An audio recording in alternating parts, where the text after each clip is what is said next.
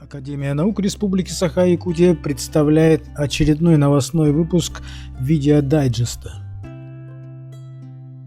21 декабря председатель Сибирского отделения РАН академик Валентин Парман и президент Академии наук Республики Саха-Якутия, член-корреспондент РАН Леонид Владимиров подписали соглашение о сотрудничестве между Сибирским отделением и Национальной академией наук Якутии.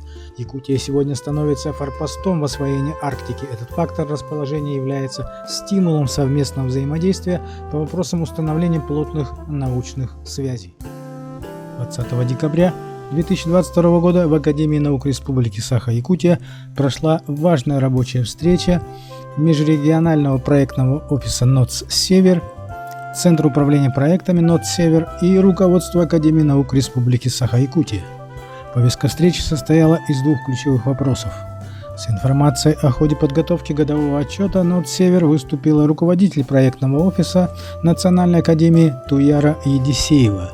Она отметила, что разработана дорожная карта по реализации проектов, а также план мероприятий по взаимодействию с представителями реального сектора экономики.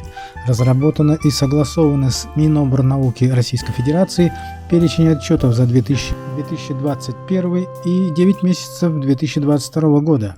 Проведены ряд мероприятий, среди которых стратегическая сессия в городе Москва 6-7 декабря сего года. Далее выступил руководитель межрегионального проектного офиса Евгений Колганов, предложивший для обсуждения варианты дальнейшей эффективной организации работы научно-образовательного центра.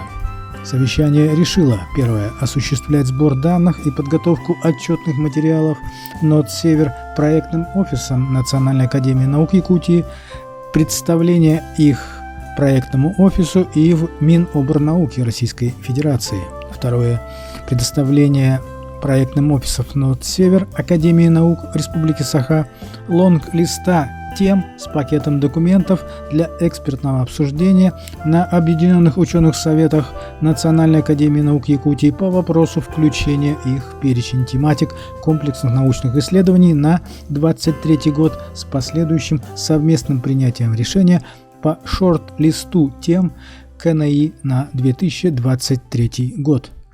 На прошлой неделе в Академии наук Республики прошел круглый стол на тему «Образование СССР и современность», посвященный столетию образования Советского Союза.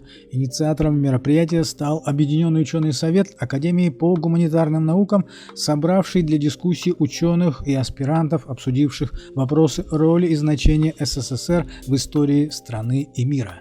Вступительным словом к собравшимся обратился вице-президент Национальной академии наук, доктор исторических наук Геннадий Толстых, обозначивший приемлемые рамки дискуссии.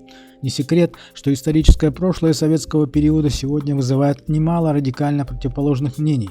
Как отметил Геннадий Толстых, ошибкой является методологическая позиция презентизма, а именно оценки наследия СССР из реалий настоящего, ведь так оценивать прошлое объективно невозможно. Модератором круглого стола стал доктор философских наук, действительный член Национальной академии Егор Махаров. 70 лет существования советского государства он охарактеризовал, приведя цитату российского философа и методолога Александра Зиновьева: «СССР – это вершина развития России и мировой истории».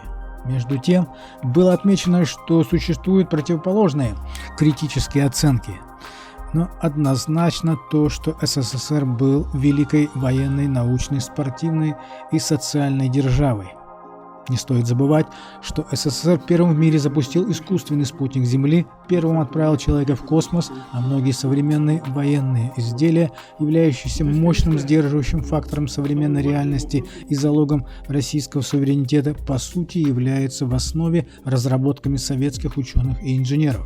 В социальном плане в СССР было бесплатное образование, медицинское обслуживание, а часто и своя благоустроенная квартира и многое другое, что сегодня молодежи может показаться несбыточной сказочной реальностью.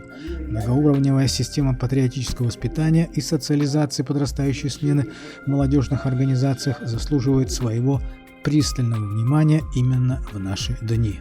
другой стороны, как отметили выступающие, можно представить веские контраргументы к великому социальному замыслу проекта «Советский Союз». Это невнимание в экономической политике к фактору большей гибкости, к производительному труду в плановой системе хозяйствования, степень отсталости духовной сферы, где ощущалась нехватка подлинного, неидеологизированного основания, определенные политические компромиссы в период зарождения нового пролетарского государства, заложившие последующую пробуксовку органичных решений социально-политических вопросов, фундаментальные теоретико-политические вопросы о гегемонии и способах разрешения внутренних конфликтов. Все они стали причинами для ослабления социального проекта СССР.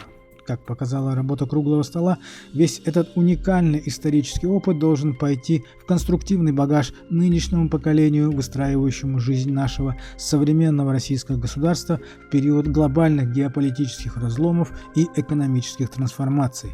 Обо всем этом вы можете послушать в выступлениях участников круглого стола на сайте Академии наук Якутии, среди которых известные академики Национальной академии наук, известные юристы и историки. Приятного просмотра!